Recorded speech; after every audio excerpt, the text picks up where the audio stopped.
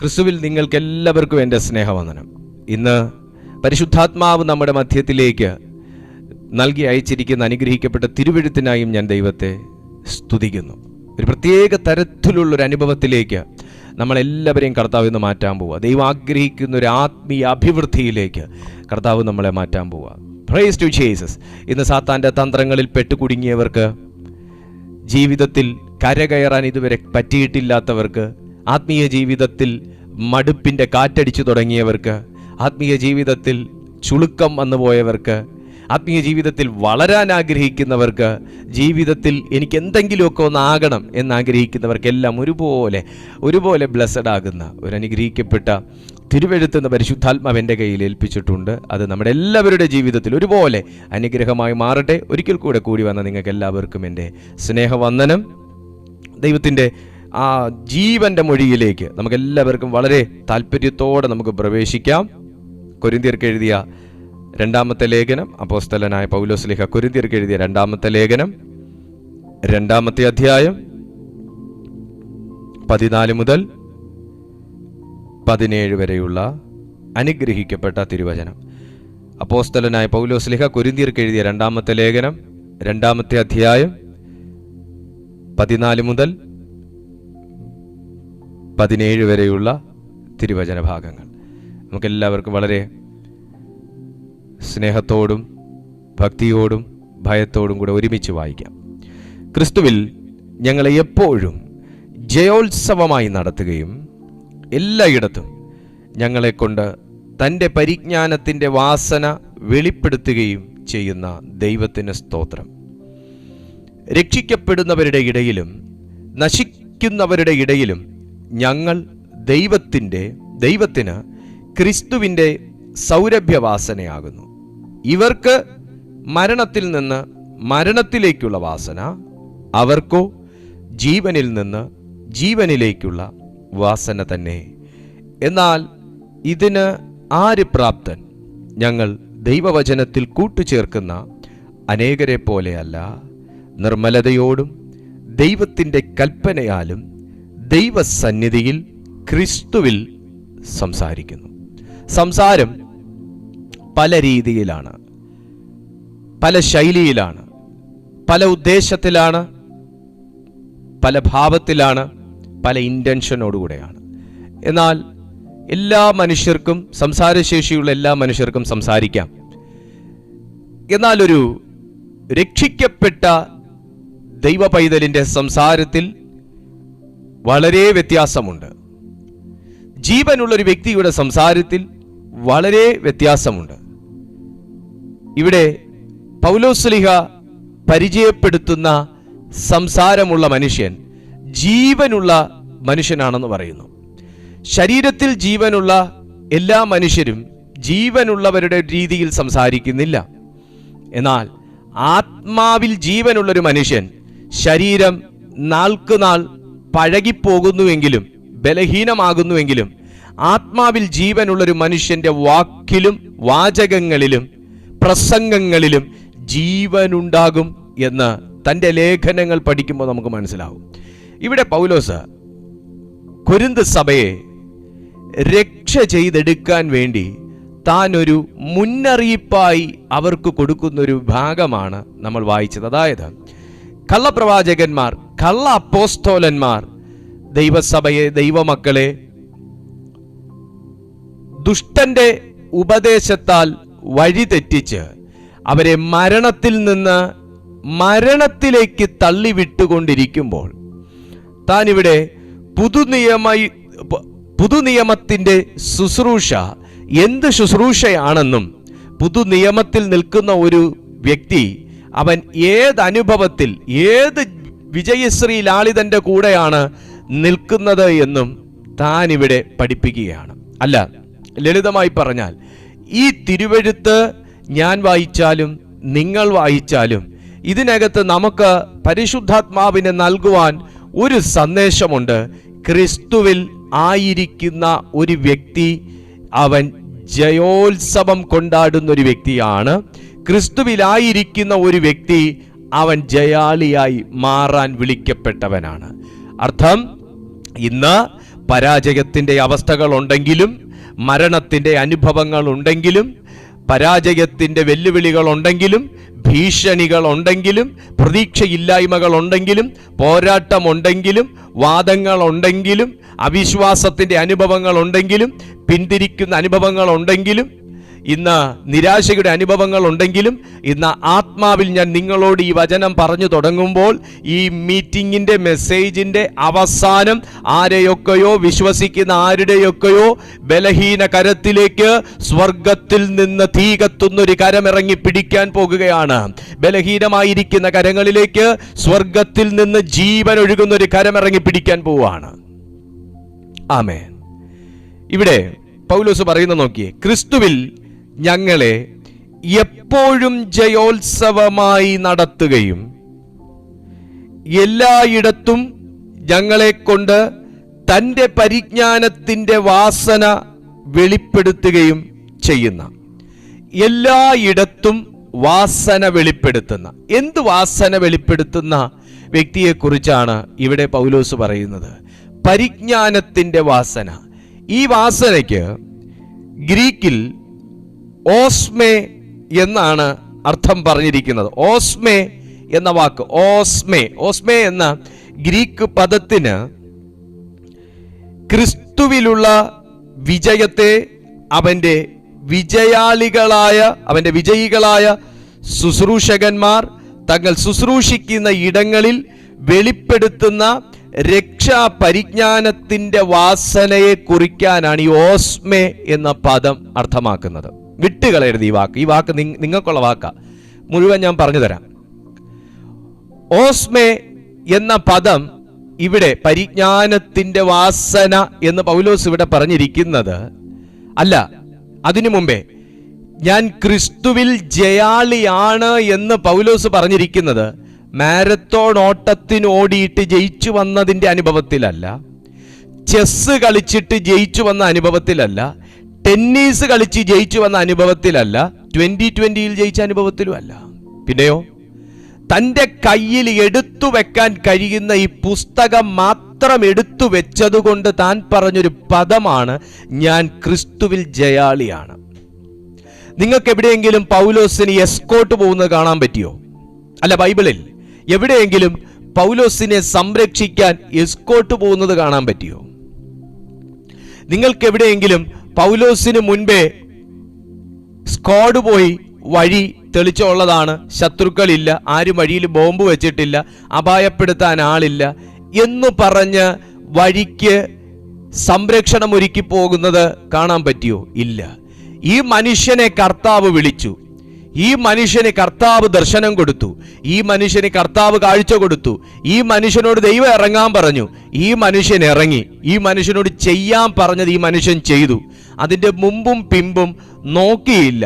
പിന്നെയോ മുമ്പും പിമ്പും നോക്കാൻ ഒരുവൻ ഉള്ളത് കൊണ്ട് തനിക്ക് നോക്കേണ്ട കാര്യമില്ലെന്ന് പറഞ്ഞ് ദൈവ ശബ്ദത്തിന് ഇറങ്ങി. ആ മനുഷ്യൻ ഇവിടെ എഴുതി വച്ചിരിക്കുകയാണ്, ഞാൻ ക്രിസ്തുവിൽ ജയാളിയാണ്. കുഞ്ഞെ, മത്സരം ഇല്ലാഞ്ഞിട്ടല്ല, തോൽപ്പിക്കാൻ ആളില്ലാഞ്ഞിട്ടല്ല, തോൽക്കേണ്ട ഘട്ടം വരെ വന്നില്ലേ എന്ന് നമുക്ക് തോന്നാഞ്ഞിട്ടുമല്ല, വായിക്കുന്ന നമുക്ക് തോന്നാഞ്ഞിട്ടുമല്ല. പക്ഷേ വായനക്കാരനെ പുളകം കൊള്ളിക്കാനല്ല, വായനക്കാരനെ ആത്മാവിൽ നിറയ്ക്കാൻ തക്കവണ്ണം ദൈവം തനിക്ക് ഒരുക്കിയ രക്ഷാകരമാകുന്ന പദ്ധതിയും രക്ഷയുടെ പ്രവൃത്തികളും വായിക്കുമ്പോൾ വായനക്കാരൻ്റെ രോമം എഴുന്നേറ്റ് നിൽക്കുകയല്ല, വായനക്കാരൻ്റെ അകത്ത് അംശജീവനിലെങ്കിലും ആത്മാവുണ്ടെങ്കിൽ അത് പൂർണ്ണാത്മാവിൽ നിറയത്തക്ക നിലയിൽ ദൈവം ഒരുക്കിയ സ്വർഗീയ പദ്ധതികളെ കുറിച്ചാണ് താൻ പറയുന്നത്. ആ പദ്ധതികൾ എൻ്റെ ജീവിതത്തിൽ വെളിപ്പെട്ട് കിട്ടിയതുകൊണ്ട് ഞാൻ ക്രിസ്തുവിൽ ജയാളിയാണ്. അമേ, ഈ ദിവസങ്ങളിൽ പ്രാർത്ഥിക്കുന്നുണ്ടെങ്കിലും ജീവിതം പരാജയത്തിൻ്റെ അനുഭവത്തിലായിരിക്കും പൊക്കോണ്ടിരിക്കുന്നത്. ഈ ദിവസങ്ങളിൽ ഫാസ്റ്റിംഗ് എടുത്തെങ്കിലും, നിങ്ങൾ സഭയിലെ ഫാസ്റ്റിംഗ് പ്രയറിന് പങ്കെടുത്തെങ്കിലും ജീവിതത്തിൽ എവിടെയും പ്രാർത്ഥിച്ചിട്ട് ഒരു മാറ്റവും കണ്ടില്ലല്ലോ എന്നൊക്കെ അനുഭവത്തിലായിരിക്കാം നിങ്ങൾ എന്നെ കേൾക്കുന്നത്. പക്ഷെ ഞാനൊരു ആത്മാവിൽ ഈ സന്ദേശം താങ്കളിലേക്ക് ഇടുക. നിങ്ങൾ ക്രിസ്തുവിലാണോ? ക്രിസ്തുവിലാണോ നിങ്ങൾക്ക് ജയാളികളായി മാറാൻ കർത്താവ് ഏറ്റവും at the end of the point എങ്കിലും ദൈവം അത്ഭുതപ്പെടുത്തുന്ന ഒരു പ്രവൃത്തി കർത്താവ് ചെയ്യും. വിട്ടേച്ചു പോകുന്ന ഒരു ദൈവമല്ല, മറന്നു പോകുന്ന ഒരു ദൈവമല്ല, ഉപേക്ഷിക്കുന്ന ദൈവമല്ല. ആമേൻ. ബൈബിൾ പറയുന്നു ഓസ്മേ, ഓസ്മേ, വാസന വെളിപ്പെടുത്തുക. ഹല്ലേലൂയ. വാസന വെളിപ്പെടുത്തുക, നമ്മിലുള്ള വാസന വെളിപ്പെടുത്തുക. സഹോദരൻ, നമ്മിലുള്ള ഒരു വാസന ഞാൻ പറയാം, അത് ജീവന്റെ വാസനയാണ്. അത് ജീവന്റെ വാസനയാണ്. പക്ഷെ നിന്നെ അങ്ങനെ ഇങ്ങനെയൊന്നും ഈ ജീവന്റെ വാസന നമ്മിൽ നിന്ന് ഇങ്ങോട്ട് പുറത്തേക്ക് വരാൻ അനുവദിക്കൂല. എപ്പോഴും ആദ്യം പുറത്തേക്ക് ചാടാതിരിക്കുന്നത് ജഡത്തിന്റെ വാസനയാണ്. Am I right? എപ്പോഴും നമ്മൾ എത്ര ഭയങ്കര ഭക്തനാണെന്ന് പറഞ്ഞാലും, എത്ര പ്രാർത്ഥനാ വീരനാണെന്നൊക്കെ പറഞ്ഞാലും, ആദ്യം നമ്മിൽ വരുന്നത് ഒരു മുഖമാണ്. പിന്നീടാണ് അതിൻ്റെ പുറത്തേക്ക് ആത്മാവുള്ള മനുഷ്യനിലേക്ക് പെട്ടെന്ന് അതിനെ കവറപ്പ് ചെയ്യുന്ന മറ്റൊരു ഫേസ് വരും. അർത്ഥം ഇതാണ്, നമ്മൾ നശ്വരമായ ലോകത്തിൽ ജീർണിച്ചു പോകുന്ന ശരീരത്തിൽ ജീവിക്കുന്ന വ്യക്തികളാണ്. ശരീരത്തിന്റെ വീണ്ടെടുപ്പ് ഇതുവരെ കഴിഞ്ഞിട്ടില്ല. അതുകൊണ്ട് ശരീരത്തിലേക്ക് സാത്താൻ തൻ്റെ തന്ത്രങ്ങളെ പ്രയോഗിച്ചുകൊണ്ടേയിരിക്കും. നിങ്ങളിൽ എത്ര ഫാസ്റ്റിംഗ് എടുത്താലും നിങ്ങൾ ആ ഒരു സത്യം തിരിച്ചറിയാതെ ഫാസ്റ്റിംഗ് എടുക്കരുത് എന്ന് പറഞ്ഞ് ഫാസ്റ്റിംഗ് എടുക്കല്ലെന്നല്ല. നമ്മുടെ ശരീരത്തിന് നേരെ എപ്പോഴും പോരാട്ടം വന്നുകൊണ്ടിരിക്കും. ചിന്തകൾക്ക് നേരെ പോരാട്ടം വന്നുകൊണ്ടിരിക്കും. ബുദ്ധിക്ക് നേരെ പോരാട്ടം വന്നുകൊണ്ടിരിക്കും. സ്പിരിച്വൽ ലൈഫിന് നേരെ പോരാട്ടം വന്നുകൊണ്ടിരിക്കും. ലൈഫിന് നേരെ പോരാട്ടം വന്നുകൊണ്ടിരിക്കും. പക്ഷെ പൗലോസ് പറയുന്നു, ഇതൊന്നും തനിക്ക് നെവർ മൈൻഡ് ആണ്. ഇതൊന്നും താൻ ഇവിടെ പരിഗണിക്കാതെ അവിടെ എഴുതി വെച്ചേക്കുക, ഞാൻ ക്രിസ്തുവിൽ ജയാളിയാ. ഇനി ഈ വാക്ക് വീടിനകത്ത് 10 പ്രാവശ്യം പറഞ്ഞാൽ നിങ്ങൾക്ക് 10 കെട്ടുപോട്ടു. അറിയാവോ? 10 പ്രാവശ്യം ഈ വാക്ക് അങ്ങോട്ടും ഇങ്ങോട്ടും പറഞ്ഞുകൊണ്ട് നടന്നാൽ 10 കെട്ടുപൊട്ടു. കാരണം പിശാചിന് പറ്റാത്തൊരു വാക്കായത്. ഞാൻ ക്രിസ്തുവിൽ ജയാളിയ, ക്രിസ്തുവിൽ ജയാളിയ. ഞാനൊരു ദൂതൂടെ പറയാം. നമ്മുടെ പ്രവൃത്തികളെ സാത്താന് ഭയങ്കര ഭയമാണ്. എന്നെ കേൾക്കുന്നുണ്ടോ? നമ്മുടെ പ്രവൃത്തികളെ സാത്താന് ഭയങ്കര ഭയമാണ്. യേശു ക്രൂശിൽ കയറിയപ്പോൾ പേന കത്തിയും കൊണ്ട് കയറിയില്ല. യേശു ക്രൂശിൽ കയറിയ സമയത്ത് തൻ്റെ അരയിൽ ബോംബ് കരുതിയില്ല. യേശു ക്രൂശിൽ കയറിയ സമയത്ത് ബെൽറ്റ് ബോംബ് ധരിച്ചിരുന്നില്ല. തനിക്ക് ഉടുക്കാൻ മര്യാദയ്ക്കൊരു തുണി പോലും ഇല്ലായിരുന്നു തൻ്റെ ശരീരത്തിൽ. അർദ്ധനഗ്നനായി താൻ ആ ക്രൂശിൽ കയറിയപ്പോൾ ബൈബിൾ എഴുതി വെച്ചിരിക്കുന്നു, അവൻ ക്രൂശിൽ ജയോത്സവം കൊണ്ടാടി, അവൻ പിശാചിന്റെ തല തകർത്തു. നിങ്ങൾ പറ, ബെൽറ്റ് ബോംബില്ലാതെ, പേനക്കത്തിയില്ലാതെ, ചുറ്റികയില്ലാതെ താൻ എങ്ങനെ സാത്താന്റെ തല തകർത്തു? പ്രവൃത്തിയിലൂടെ തകർത്തു. പ്രവൃത്തിയിലൂടെ, വാക്ക് ശ്രദ്ധിക്കണം, പ്രവൃത്തിയിലൂടെ തകർത്തു. പൗലോസ് ഇവിടെ എഴുതി വെച്ചിരിക്കുന്നു, ഞാൻ ക്രിസ്തുവിൽ ജയാളിയാണ്. ഏത് മത്സരത്തിന് പോയിട്ടാണ് താൻ ജയാളിയായത്? പ്രവൃത്തിയിൽ താൻ അതവിടെ എഴുതി വെച്ചു, ഞാൻ ക്രിസ്തുവിൽ ജയാളി. അപ്പൊ പൗലോസിന്റെ പ്രവൃത്തികൾ പൗലോസിനെ ക്രിസ്തുവിൽ ജയാളിയാക്കുന്നു. പൗലോസിന്റെ ദർശനം പൗലോസിനെ ക്രിസ്തുവിൽ ജയാളിയാക്കുന്നു. പൗലോസിന്റെ ജ്ഞാനം പൗലോസിനെ ക്രിസ്തുവിൽ ജയാളിയാക്കുന്നു. പൗലോസിന്റെ വിചാരങ്ങൾ ക്രിസ്തുവിലുള്ള വിചാരങ്ങൾ പൗലോസിനെ ക്രിസ്തുവിൽ ജയാളിയാക്കുന്നു. പരാജയപ്പെടുത്താൻ ആളില്ലാഞ്ഞിട്ടല്ല, പുറകിൽ നിന്ന് വലിക്കാൻ ആളില്ലാഞ്ഞിട്ടല്ല, ശുശ്രൂഷ മടുപ്പിക്കാൻ അനുഭവങ്ങൾ ഇല്ലാഞ്ഞിട്ടല്ല, പ്രാർത്ഥനയിൽ കുറഞ്ഞു പോകാൻ കാര്യമില്ലാഞ്ഞിട്ടല്ല, തന്റെ ശരീരത്തിൽ രോഗത്തിന്റെ അനുഭവം ഇല്ലാഞ്ഞിട്ടല്ല, മുറിപ്പാടുകൾ ഇല്ലാഞ്ഞിട്ടല്ല. പക്ഷെ വചനം പറയുന്നു, അതിനകത്തെല്ലാം തന്റെ പ്രവൃത്തിയിൽ വെളിപ്പെടുന്ന വ്യത്യസ്തതകളാണ് തന്നെ ക്രിസ്തുവിൽ ജയാളിയാക്കി മാറ്റുന്നത്. മക്കളെ, നമ്മളെല്ലാവരെയും സാത്താൻ കെട്ടുന്ന ആദ്യ മേഖല പ്രവൃത്തിയാണ്. വചനം അതുകൊണ്ട് പറയാണ്, ഇത് നോക്കിയേ,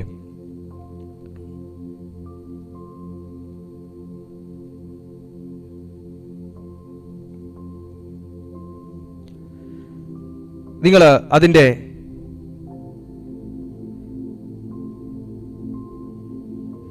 11-ാമത്തെ വാക്യം, 2-ാമത്തെ അധ്യായത്തിന്റെ 11-ാമത്തെ വാക്യം നിങ്ങളൊന്ന് നോക്കിയേ. സാത്താൻ നമ്മെ തോൽപ്പിക്കരുത്, അവന്റെ തന്ത്രങ്ങളെ നാം അറിയാത്തവരല്ലല്ലോ. എന്നാൽ ഞാൻ ക്രിസ്തുവിന്റെ സുവിശേഷം അറിയിക്കുവാൻ ത്രോവാസിൽ വന്നപ്പോൾ കർത്താവിന്റെ പ്രവൃത്തിക്കായി എനിക്കൊരു വാതിൽ തുറന്നു കിട്ടിയപ്പോൾ, കർത്താവിന്റെ പ്രവൃത്തിക്കായി എനിക്കൊരു വാതിൽ തുറന്നു കിട്ടിയപ്പോൾ. നമ്മുടെ ജീവിതത്തിൽ വാതിൽ തുറക്കുന്നത് ദൈവമാണ്. വിശ്വസിക്കുന്നു ആ വാക്ക്? വാതിൽ തുറക്കുന്നത് ദൈവമാണ്. എൻ്റെ കൂടെ വിശ്വസിക്കുന്നുണ്ടോ? അത് കർത്താവ് ആശാരി ആയതുകൊണ്ട് മാത്രമല്ല, അത് കർത്താവ് തച്ചന്റെ മകനായതുകൊണ്ട് മാത്രമല്ല, അത് കർത്താവിന്റെ പണി അത് മാത്രമായതുകൊണ്ടല്ല. ചിലർക്ക് വാതിൽ തുറക്കുന്ന ദൈവത്തെ മതി, ചിലർക്ക് മേശിരി മതി, ചിലർക്ക് ആശാരിയെ മതി. വാതിൽ തുറക്കുന്നത്, വാതിൽ തുറക്കാൻ മാത്രം കർത്താവിനെ മുട്ടി വിളിക്കുന്ന ആളുണ്ട്, പണി കൊടുക്കാൻ വേണ്ടി വിളിക്കുന്ന ആൾക്കാരുണ്ട്. വാതിൽ തുറക്കാൻ വേണ്ടി മാത്രം, തുറന്നാൽ പിന്നെ ആളെ കിട്ടൂല. Price to Jesus. നന്ദിയുള്ളവരായിരിക്കണം ദൈവത്തോട്. എനിക്കൊരു വാതിൽ തുറന്നു കിട്ടിയപ്പോൾ പൗലോസ് പറയുക, എനിക്ക് വാതിൽ തുറന്ന് കിട്ടിയിട്ട് പിന്നെ മുങ്ങിയവരോട് എനിക്ക് 1-2 ചോദ്യങ്ങൾ ചോദിക്കാനുണ്ട്. പൗലോസിന് വാതിൽ തുറന്നു കിട്ടിയപ്പോൾ ദൈവം ഏൽപ്പിച്ച ശുശ്രൂഷ മറന്നില്ല. പൗലോസിന് വാതിൽ തുറന്നു കിട്ടിയപ്പോൾ വാതിൽ തുറന്നവനെ മറന്നില്ല. പൗലോസിന് വാതിൽ തുറന്നു കിട്ടിയപ്പോൾ ദൗത്യം മറന്നില്ല. പൗലോസിന് വാതിൽ തുറന്നു കിട്ടിയപ്പോൾ ഞാൻ എല്ലാം ആയിപ്പോയി എന്നൊരു ഭാവം വന്നില്ല.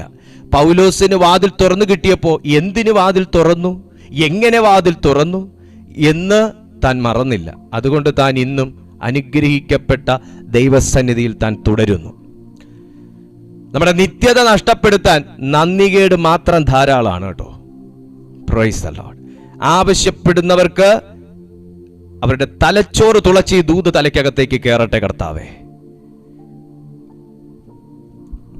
Price to Jesus. സാത്താൻ നമ്മെ തോൽപ്പിക്കരുത്. ആ വാക്ക് ശ്രദ്ധിക്കണം. കഴുത്തിന് കയറിട്ടിട്ടല്ല സാത്താൻ തോൽപ്പിക്കാൻ നിന്നേ, പ്രവൃത്തിയെ തടഞ്ഞുകൊണ്ടാണ് സാത്താൻ തോൽപ്പിക്കാൻ നിന്നെ. എന്താണ് പ്രവൃത്തി?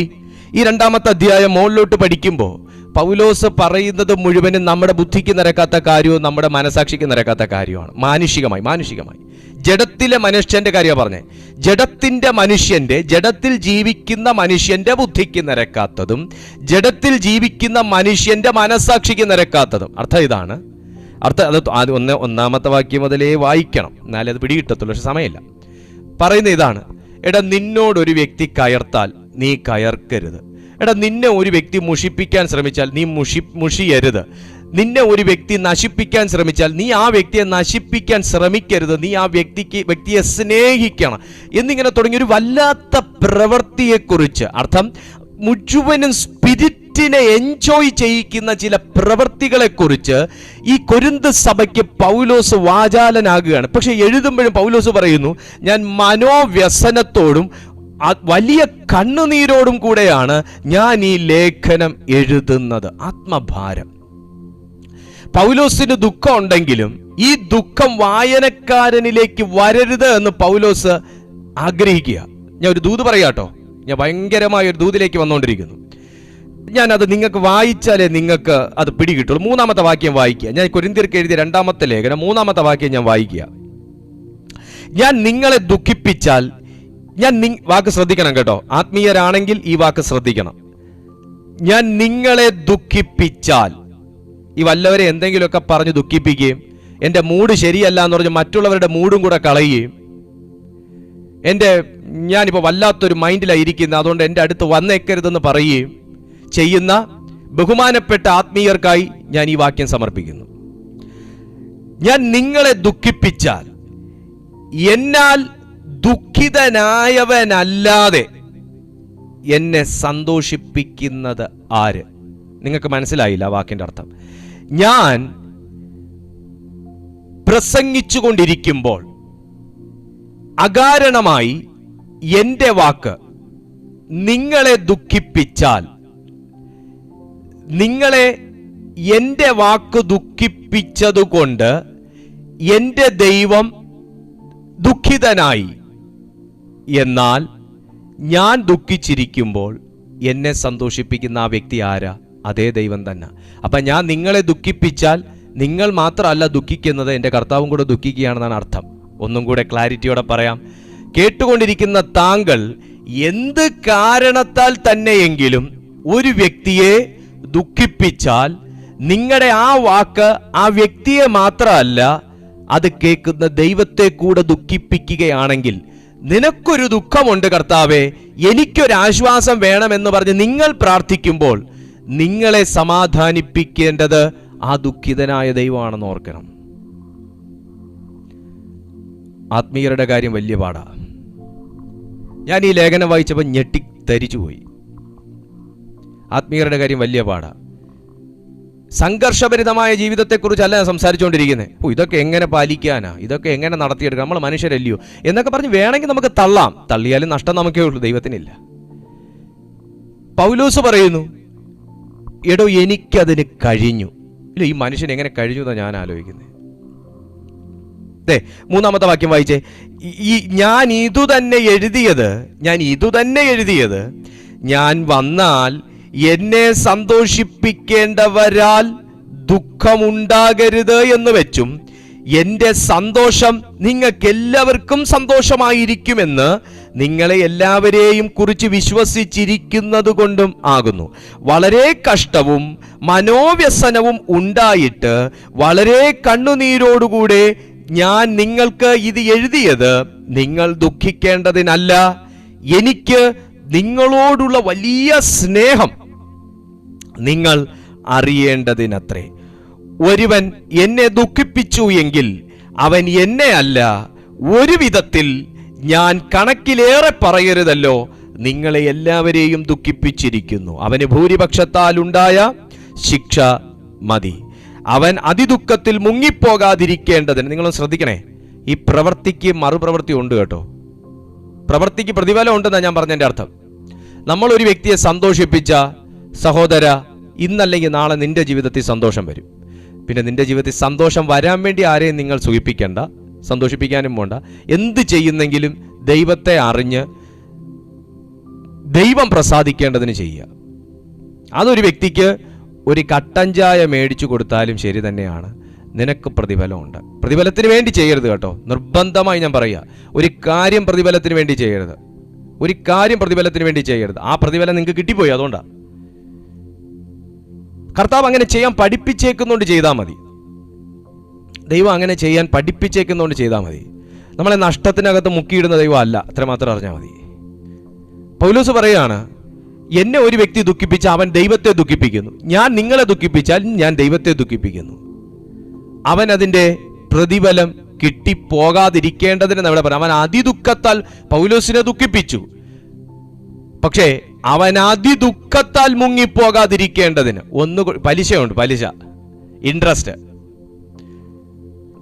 ഇൻട്രസ്റ്റ് നമ്മൾ ഈ FD ഇട്ടേക്കുന്നവർക്ക് അറിയാം. FD ഇട്ടേക്കുന്ന എന്തിനാ? ഇൻട്രസ്റ്റ് കിട്ടാനാ അല്ലേ? നമ്മൾ എന്താ ഈ കൊടുക്കുന്ന പൈസ അതുപോലെ എടുക്കാൻ വേണ്ടിയിട്ടാണോ FD ഇടുന്നത്? അല്ല, ഇൻട്രസ്റ്റ് കിട്ടാനാ. ഇവിടെ ഉണ്ടെന്നാ പറയുന്നത്. ഒരു വ്യക്തിയെ ദുഃഖിപ്പിച്ചാൽ ഇൻട്രസ്റ്റോടെ കിട്ടും, ദുഃഖിപ്പിച്ചാൽ. സ്തോത്രം. പിന്നെ റിസർവ് ബാങ്ക് റിപ്പോ നിരക്ക് കൂട്ടുന്ന പോലെ കർത്താവ് കൂട്ടിക്കഴിഞ്ഞാൽ പിന്നെ തീർന്നു കഥ. സ്തോത്രം. അതേ നോക്കിയേ, ഇവിടെ നോക്കിയേ, അവൻ അതിദുഃഖത്താൽ മുങ്ങിപ്പോകാതിരിക്കേണ്ടതിന് നിങ്ങൾ അവനോട് ക്ഷമിക്കുകയും അവനെ ആശ്വസിപ്പിക്കുകയും തന്നെ വേണ്ടത്. പ്രവൃത്തി ക്രിസ്തീയ ജീവിതത്തിൽ പ്രാർത്ഥന പോലെ തന്നെ പ്രാധാന്യമുള്ളതാകുന്നു പ്രവൃത്തിയും. എനിക്ക് പ്രവൃത്തിയില്ലാത്ത ഒരുപാട് പ്രാർത്ഥനാ വീരന്മാരെ എനിക്കറിയാം. പ്രവൃത്തിയിലില്ലാത്ത ഒരുപാട് പ്രാർത്ഥിക്കുന്ന ആൾക്കാരെ എനിക്കറിയാം. അവരുടെ ജീവിതം ഏറെക്കുറെയൊക്കെ പഠിച്ചിട്ടുള്ളപ്പോൾ അത് അങ്ങനെ ഇങ്ങനെയൊക്കെ തന്നെ. പക്ഷേ ഒരു സന്ദേശം ആത്മീയമായി ഞാൻ കൈമാറാം. പ്രാർത്ഥന കുറഞ്ഞാലും നിങ്ങളുടെ പ്രവൃത്തിയിൽ നിങ്ങൾക്കൊരു സ്ഥിരത ഉണ്ടെങ്കിൽ നീ അനുഗ്രഹിക്കപ്പെടും. പ്രവൃത്തി ഒരു പ്രാർത്ഥനയാണെന്ന് വിശ്വസിക്കുന്ന എത്ര ദൈവമക്കളുണ്ട്? പ്രവൃത്തി ഒരു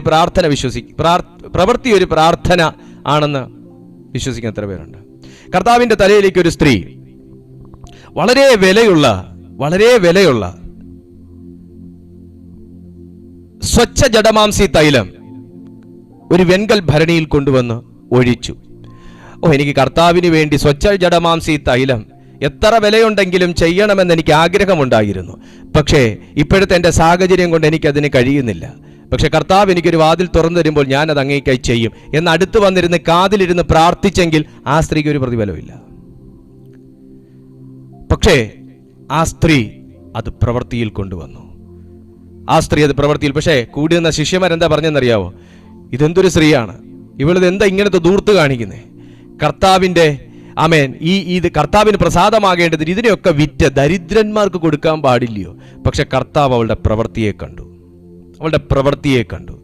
സഹോദര, നിനക്കൊരു ശുശ്രൂഷയ്ക്ക്, നിങ്ങൾക്കൊരു വ്യക്തിക്ക് പ്രാർത്ഥിക്കാൻ, ഒരു വ്യക്തിക്ക് ഒരു വചനം പറഞ്ഞു കൊടുക്കാൻ, ഒരു വ്യക്തിയെ ആശ്വസിപ്പിക്കാൻ, ഒരു വ്യക്തിക്ക് ഒരു അല്പ സപ്പോർട്ടായിട്ട് നിൽക്കാൻ, ഒരു വ്യക്തിയെ ചേർത്ത് നിർത്താൻ, ഒരു വ്യക്തിയെ ക്രിസ്തുവിൽ വളർത്താൻ, ഒരു വ്യക്തിയെ റോഡ് മുറിച്ച് കടക്കാൻ, ഒരു വ്യക്തിക്ക് ഒരു ലിഫ്റ്റ് കൊടുത്ത് ഹെൽപ്പ് ചെയ്യാൻ, ഒരു വ്യക്തിക്ക് ഒരു ഫോൺ നമ്പർ കൊടുത്ത് ഹെൽപ്പ് ചെയ്യാൻ, ഒരു വ്യക്തിക്ക് ഒരു പരിചയക്കാരനെ മുട്ടിച്ചു കൊടുത്ത് അവന്റെ ആവശ്യത്തെ ഒന്ന് വേഗതയിൽ നടപ്പിച്ചെടുക്കാൻ ദൈവം ഒരു വാതിൽ തുറന്നിട്ടാൽ, ഈ വാതിലല്ല, ഇതിനേക്കാൾ വിശാലമായി ഒരു വാതിലിന് വേണ്ടി ഞാൻ കാത്തിരിക്കുന്നു എന്ന് പറഞ്ഞ് മൂഢനാകാതെ ദൈവം നിന്നെ പരീക്ഷിച്ചറിയുന്നു എന്ന് തിരിച്ചറിയുക.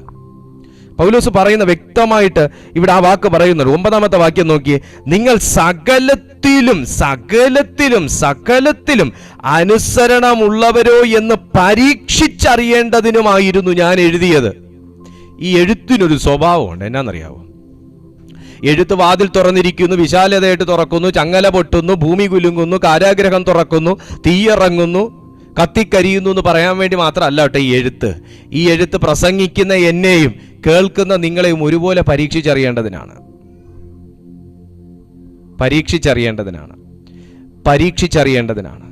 കൃപ വർദ്ധിക്കണോ? പരീക്ഷണങ്ങളെ തരണം ചെയ്യണം. ശുശ്രൂഷ വർദ്ധിക്കണോ? പരീക്ഷണങ്ങളെ മുഖവിലേക്കെടുക്കണം. ദൈവം നമ്മളെ പരീക്ഷിക്കത്തില്ല എന്ന് ആരൊക്കെയോ പറയുന്നു. ദൈവം നമ്മളെ ന്യായമായ രീതിയിൽ നമുക്ക് തരണം ചെയ്യാൻ പറ്റുന്ന രീതിയിൽ ദൈവം പരിശോധനകൾ അനുവദിക്കും. പക്ഷെ ദോഷങ്ങളാൽ പരീക്ഷിക്കത്തില്ല. തിരുവെഴുത്തിൽ അങ്ങനെ പരീക്ഷകളിലൂടെ കടന്നുപോയ ഭക്തന്മാരെ ചുറുചുറുക്കോടെ നിന്നിട്ടുള്ളൂ. ആത്മീയ ജീവിതത്തിൽ എന്നെ ഈ പ്രാർത്ഥിക്കാൻ നല്ല കൃപ ലഭിച്ച സഹോദരന്മാരും സഹോദരിമാരും ഒക്കെ ഇതിനകത്തുണ്ട്. അവരുടെയൊക്കെ ജീവിതത്തിലോട്ടൊന്ന് ഇറങ്ങി പരിശോധിച്ചു കഴിഞ്ഞാൽ ഒരുപാട് പരീക്ഷണങ്ങളെ തരണം ചെയ്ത ദൈവമക്കളാണ്. ഒരുപാട് പരീക്ഷണങ്ങൾ. പിന്നെ അങ്ങനെയൊന്നും ഇല്ലാത്തവരുടെ പ്രാർത്ഥനയൊക്കെ, അവരൊക്കെ പ്രാർത്ഥിക്കാൻ പോലും മുൻപോട്ട് വരാത്ത ആൾക്കാരാണ്. ഞാൻ നിങ്ങളെ എല്ലാവരെയും ഞാൻ എപ്പോഴും ഉത്സാഹിപ്പിക്കുന്ന ഒരു കാര്യമാണ്, ഒരു വാതിൽ തുറന്ന് കിട്ടിയാൽ, ഈ പറഞ്ഞതിനകത്തൊരു ദൂതാത്, ഒരു വാതിൽ തുറന്ന് കിട്ടിയാൽ അപ്പുറത്തവൻ വാതിൽ തുറന്ന് ചാടുന്നുണ്ടോ, ഇപ്പുറത്തവൻ വാതിൽ തുറന്ന് ചാടുന്നുണ്ടോ, ആരും ചാടിയില്ലേ മാത്രം ഞാൻ ചാടാന്ന് പറഞ്ഞിരിക്കരുത്. നിനക്ക് വേണ്ടി തുറന്നിട്ടതിന് നീ ആമേൻ പറഞ്ഞു കയറണം. ഹല്ലേലൂയ. വചനം പറയുന്നത് നോക്കിയേ, സാത്താൻ നമ്മെ തോൽപ്പിക്കരുത്. സാത്താൻ തോൽപ്പിക്കുന്നത് പ്രവൃത്തിയില്ല. പറഞ്ഞു വന്ന ഇതാണ്, യേശു ക്രൂശിൽ സാത്താന്റെ തല തകർത്തു എന്ന് പറഞ്ഞു. എന്നാൽ താൻ കൈയെടുത്താട്ടിയില്ല, കാലെടുത്ത് ചവിട്ടിയില്ല, താൻ വായ കൊണ്ടൊന്നും സംസാരിച്ചില്ല. പക്ഷെ തൻ്റെ പ്രവൃത്തികളാൽ പിതാവ് എന്ത് ഇച്ഛിച്ചോ നിഷ്കർഷിച്ചിരുന്നോ ആ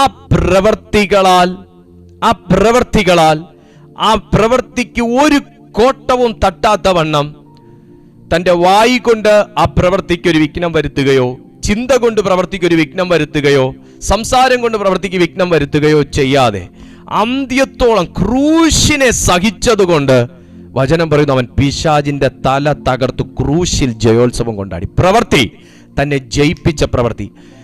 ഈ പട്ടാളക്കാർ തന്നെ പിടിച്ചടം മുതൽ ഹന്നാവിന്റെയും കയ്യഫാവിന്റെയും അരമനകളിലേക്ക് തന്നെ കയറ്റിയിറക്കിയത് മുതൽ പല വ്യക്തികളുടെയും മുമ്പിൽ കുത്തുവാക്കിന്റെയും ആക്ഷേപത്തിന്റെയും മുമ്പിൽ ഇരുത്തിയത് തുടങ്ങി അവിടെയൊക്കെ തനിക്ക് വാഗൊണ്ട് എന്തെങ്കിലുമൊക്കെ പറഞ്ഞ് ഈ സാത്താന്റെ തലയെ ഊരാൻ തക്കവണ്ണം ഒരുപാട് അവസരങ്ങൾ ഉണ്ടായിട്ടും അവിടെയൊക്കെ വാഗൊണ്ട് ദോഷം വിളമ്പി, അവിടെയൊക്കെ തർക്കിച്ചു പറഞ്ഞ് അവരെ കുറ്റപ്പെടുത്തി, അവരെയൊക്കെ ഭീഷണിപ്പെടുത്തി, അവരുടെ മുമ്പിൽ വിരല് ചൂണ്ടി, അവിടെയൊക്കെ തന്നെ അങ്ങ് ജസ്റ്റിഫൈ ചെയ്ത് പ്രവൃത്തി കൊണ്ട് തൻ്റെ പ്രവൃത്തിയെ നശിപ്പിക്കാൻ തനിക്ക് പിശാച് അവസരമൊരുക്കിയിട്ടും ഇതെല്ലാം വ്യക്തമായി താൻ മനസ്സിലാക്കി വാ തുറക്കാതെ. നിങ്ങൾ ഓർക്കണം, നീ ചോദിച്ചതിന് മറുപടി പറയാത്ത എന്താന്ന് ചോദിച്ചിട്ടും, നിനക്കൊന്നും ഇതിൽ ബോധിപ്പിക്കാനില്ലെന്ന് ചോദിച്ചിട്ടും, ചിലയിടങ്ങളിൽ സൈലൻസ് നല്ലതാണ്. നമുക്ക് തോന്നുന്നത് മരണമാണ്, ആ മിണ്ടാതിരിക്കുന്നതാ പ്രശ്നമെന്ന്. പക്ഷെ ഞാനൊരു ദൂത് പറയാ, ജീവനിൽ നിന്ന് ജീവങ്കലേക്കുള്ള വാസനയുടെ വഴി വേറെയാ. അത് നമ്മൾ ഈ ഭൂമിയിൽ കാണുന്ന ആ ലെവലും ആ രീതിയും അല്ല. ജീവനിൽ നിന്ന് ജീവങ്കലി, കർത്താവ് അവിടെ ലൈഫ് കൊടുക്കാൻ വന്ന വ്യക്തിയാണ്. യേശു ലൈഫ് കൊടുക്കാൻ വന്ന വ്യക്തിയാണ്. അവിടെ കർത്താവ് ലോകത്തിന്റെ മരണമാണ് ജീവൻ എന്ന് ഇച്ഛിക്കുന്നത്. അത് പരിജ്ഞാനക്കേടായതുകൊണ്ട് താൻ പല ഇടത്തും താൻ മര്യാദയ്ക്കിരുന്നു. നിങ്ങൾ അവിടെ ശ്രദ്ധിച്ചേ, അവരുടെ പദവിയെ യേശു ബഹുമാനിച്ചില്ലേ? ശ്രദ്ധിക്കണം എന്നെ. നമുക്ക് പലരുടെയും പദവി ബഹുമാനിക്കാൻ വയ്യ. അതെന്തോ കുറച്ചില്ല. പദവി ബഹുമാനിക്കുന്ന ഒരു കുറച്ചില്ല.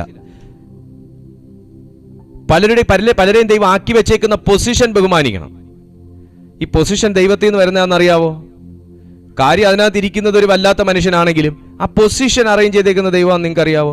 പൊസിഷൻ ബഹുമാനിക്കണം. അവിടെ ഹന്നാവും കയ്യഫാവിനെയൊക്കെ കർത്താവ് ബഹുമാനിക്കാൻ കാരണം പൊസിഷനാണ്. അധികാരം ദൈവത്തിൽ നിന്ന് വരുന്നു. അപ്പൊ ആ പ്രവൃത്തിയുണ്ട്. യേശുവിന് പ്രവൃത്തിയുണ്ട്. നമുക്ക് പ്രാർത്ഥനയേ ഉള്ളൂ. പലർക്കും പ്രാർത്ഥനയേ ഉള്ളൂ, പ്രവൃത്തി കുറവാ. പക്ഷെ യേശുവിന് പ്രവൃത്തിയുണ്ട്, ക്യാരക്ടറുണ്ട്. നല്ലൊരു ക്യാരക്ടറുണ്ട് യേശുവിന്. പ്രാർത്ഥനയുള്ളവന് നല്ലൊരു ക്യാരക്ടർ വേണം. പ്രാർത്ഥനയുള്ളവന് നല്ലൊരു പ്രവൃത്തി വേണം. യേശു ബഹുമാനിച്ചു. നീ എന്തുവാടാ പറയുന്നത്? ഞാൻ എന്തോ തെറ്റ് ചെയ്തിട്ടാ നീ എന്നെ ഇവിടെ പിടിച്ചിട്ടേക്കുന്നത്? ഇപ്പൊ നീ കൊന്നില്ലെങ്കിൽ ഞാൻ ക്രൂശി കയറാൻ വന്നവനാ. ഇങ്ങനൊന്നും പറഞ്ഞില്ല യേശു അവിടെ. ചുമ്മാ വളവള സംസാരിച്ച് ഉള്ളതും കൂടെ നഷ്ടപ്പെടുത്തി, കൃപയും കളഞ്ഞ് അഭിഷേകവും കളഞ്ഞ് യേശു അവിടെ അങ്ങനെ ഒന്നും സംസാരിച്ചില്ല. യേശു തന്നെ നിരപരാധിത്വം തെളിയിക്കാനും പോയില്ല. എന്നെ യൂദയല്ലേ ഒറ്റിയത്, ഞാൻ അറിഞ്ഞായിരുന്നു. നീ അവൻ ഒറ്റുന്നതിന് മുന്നേ അവൻ എന്നെ ഒറ്റുമെന്ന് കർത്താവ് എനിക്ക് വെളിപ്പെടുത്തി. എൻ്റെ പ്രാർത്ഥനയിൽ ദൈവം അത് വെളിപ്പെടുത്തി. ഞാൻ ഇതൊക്കെ നേരത്തെ അതിനെയൊക്കെ ദൈവം വെളിപ്പെടുത്തിയെങ്കിൽ ഇരിക്കട്ടെ, നല്ല കാര്യം. ഇവിടെ അതൊന്നും കർത്താവ് പറഞ്ഞില്ല. ഞാൻ വലിയ പ്രവാചകനാ, ഇപ്പൊ ഞാൻ പറഞ്ഞ തീ ഇറങ്ങും. പത്രോസ് പലപ്പോഴും ചോദിച്ചല്ലോ, കർത്താവേ, ഏലിയാവ് ആകാശത്തുനിന്ന് പ്രാർത്ഥിച്ചു തീ ഇറക്കിയതുപോലെ തീ ഇറക്കാൻ ഒരു വാക്ക് കൽപ്പിക്കണമേ. ഈ കൽപ്പിക്കണമേ എന്ന് പറഞ്ഞ സമയം കൊണ്ട് ഇയാൾക്കങ്ങ് തീ ഇറക്കാൻ പാടില്ലയോ? സ്തോത്രം. കർത്താവ് എടുത്ത വായിക്ക് പറഞ്ഞ എന്താണെന്നറിയാവോ? പത്രോസ് അല്ല, യോഹന്നാൻ പറഞ്ഞ എന്താണെന്നറിയാവോ? എടോ, നീ ഏത് ആത്മാവിന് അധീനനെന്ന് നിങ്ങൾ അറിയുന്നില്ല. യേശു പറഞ്ഞ വാക്ക, യോഹന്നാന്റെ സുവിശേഷം. യേശു പറഞ്ഞ വാക്ക, നീ ഏത് ആത്മാവിന് അധീനനെന്ന് നീ അറിയാതെ സംസാരിക്കുന്നു. നമുക്ക് പറയുന്നു, വചനമല്ലേ പറയുന്നേ, തീയല്ലേ ഇറക്കുന്നേ, ഏലിയാവെന്നല്ലേ ഞാൻ പറഞ്ഞത്. നമ്മുടെ പല ശരിയും ദൈവത്തിന് ശരിയല്ല. നമ്മുടെ പല ന്യായവും ദൈവത്തിന് ന്യായം അല്ല. അത് പൗലോസിനോട് വേണമെങ്കിൽ ഇപ്പൊ അവർ തർക്കിക്കും. കൊരിന്ത് സഭ വേണമെങ്കിൽ തർക്കിക്കാവുന്നതാ. പിന്നെ ലേഖന എഴുത്തായതുകൊണ്ട് തിരിച്ചൊന്നും പറഞ്ഞില്ല എന്ന് ഞാൻ വിശ്വസിക്കുന്നു. അങ്ങനെയൊക്കെ ക്ഷമിക്കാൻ ഞങ്ങൾക്ക് പറ്റുമോ? അങ്ങനെയൊക്കെ ദുഷ്ടന് വേണ്ടി പ്രാർത്ഥിക്കാൻ ഞങ്ങൾക്ക് പറ്റുമോ? അങ്ങനെയൊക്കെ കണ്ടില്ല എന്നടിക്കാൻ ഞങ്ങൾക്ക് പറ്റുമോ? മക്കളെ, ആത്മാവിന്റെ കണ്ണ് തുറക്കണമെങ്കിൽ അതൊക്കെ അനുസരിക്കണം. നിങ്ങൾ സകലത്തിലും അനുസരണമുള്ള, നമ്മൾ ശകലത്തിൽ അനുസരണം വെച്ചുകൊണ്ടാണ് സത്യം പറഞ്ഞ് അനുഗ്രഹിക്കപ്പെടാൻ നടക്കുന്നത്. ശകലത്തിൽ അനുസരണം വെച്ചുകൊണ്ടാണ് നമ്മൾ അനുഗ്രഹിക്കപ്പെടാൻ നടക്കുന്നത്. ഉള്ള ഉപവാസ പ്രാർത്ഥനയ്ക്ക് മുഴുവൻ ഓടിക്കയറുന്നത്. പക്ഷെ കർത്താവ് ഇവിടെ എഴുതി വെച്ചേക്കുന്നത്, ഈ പറഞ്ഞ മനുഷ്യൻ പോലും, ഈ പറഞ്ഞ പൗലോസിനെ പോലും ലേഖനം എഴുതാൻ പ്രാപ്തനാക്കിയതിന്റെ പിൻപിൽ സകലത്തിലും അനുസരണമുള്ളവനോ എന്ന് ദൈവം പരിശോധിച്ചറിഞ്ഞിട്ടാണ്. തന്റെ ശുശ്രൂഷയ്ക്കകത്ത്, തന്റെ ശുശ്രൂഷയിൽ തന്നെ ശുശ്രൂഷ ചെയ്തുകൊണ്ടിരിക്കുമ്പോൾ തന്നെ പരീക്ഷണങ്ങൾ ഉണ്ടായിരുന്നു എന്ന് മറക്കരുത്. ശുശ്രൂഷകൾ ചെയ്തുകൊണ്ടിരിക്കുമ്പോൾ തന്നെ പരീക്ഷണങ്ങൾ ഉണ്ടായിരുന്നു. അങ്ങനെയാ ദൈവം ഉറപ്പിച്ചത്, ഇവൻ കൊള്ളാം, വിശ്വസ്തനാ, അവൻ സൂക്ഷിക്കുന്നവനാ, അവൻ കൃപയുള്ളവനാ, ഇവൻ സഹായിയ, നല്ല മനുഷ്യനാ, നല്ലൊരു ഹൃദയമുള്ളവനാ. ദൈവം മനസ്സിലാക്കിയത്. അല്ലാതെ കർത്താവിന് കൊണ്ട് MRI സ്കാനിങ് മെഷീനിൽ കയറ്റാൻ പറ്റൂലല്ലോ അവന്റെ അകവും പുറവും തിരിച്ചറിയാൻ. സ്തോത്രം. ദൈവം സകലത്തിലും അനുസരണമുള്ളവനോ എന്ന് പരീക്ഷിച്ചറിയേണ്ടതിന് പരീക്ഷ വേണ്ട എന്ന് പറയുന്നവർക്ക് ക്രിസ്തീയ ജീവിതം നല്ലതല്ല. യേശുവിനെ പരീക്ഷിച്ചു, സാത്താനാൽ പരീക്ഷിക്കപ്പെട്ടു. പക്ഷെ വചനം തന്നെ പറയുന്നു, അവൻ പാപമൊഴികെ സകലത്തിലും പരീക്ഷിക്കപ്പെട്ടവനാ. അവന് പാപം അറിയത്തില്ലായിരുന്നു. പാപം അറിയത്തില്ല എന്ന് വെച്ചാൽ പാപവും എന്തൊക്കെയാ പാപവും അറിയത്തില്ലെന്നല്ല, കർത്താവ് അതിന് തന്നെ സമർപ്പിച്ചു കൊടുത്തില്ല. അതാ സത്യം. കർത്താവ് അതിന് തന്നെ സമർപ്പിച്ചു കൊടുത്തില്ല.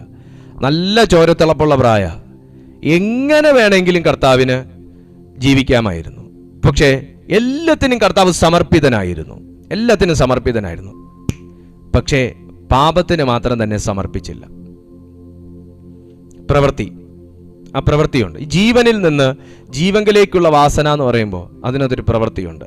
അതിനകത്ത് പ്രാർത്ഥന മാത്രമല്ല ഉള്ളത്, അതിനകത്ത് പ്രാർത്ഥനയും ഒച്ചയും മാത്രമല്ല ഉള്ളത്, അതിനകത്ത് പ്രവൃത്തിയുണ്ട്. ബൈബിൾ പറയുന്നു,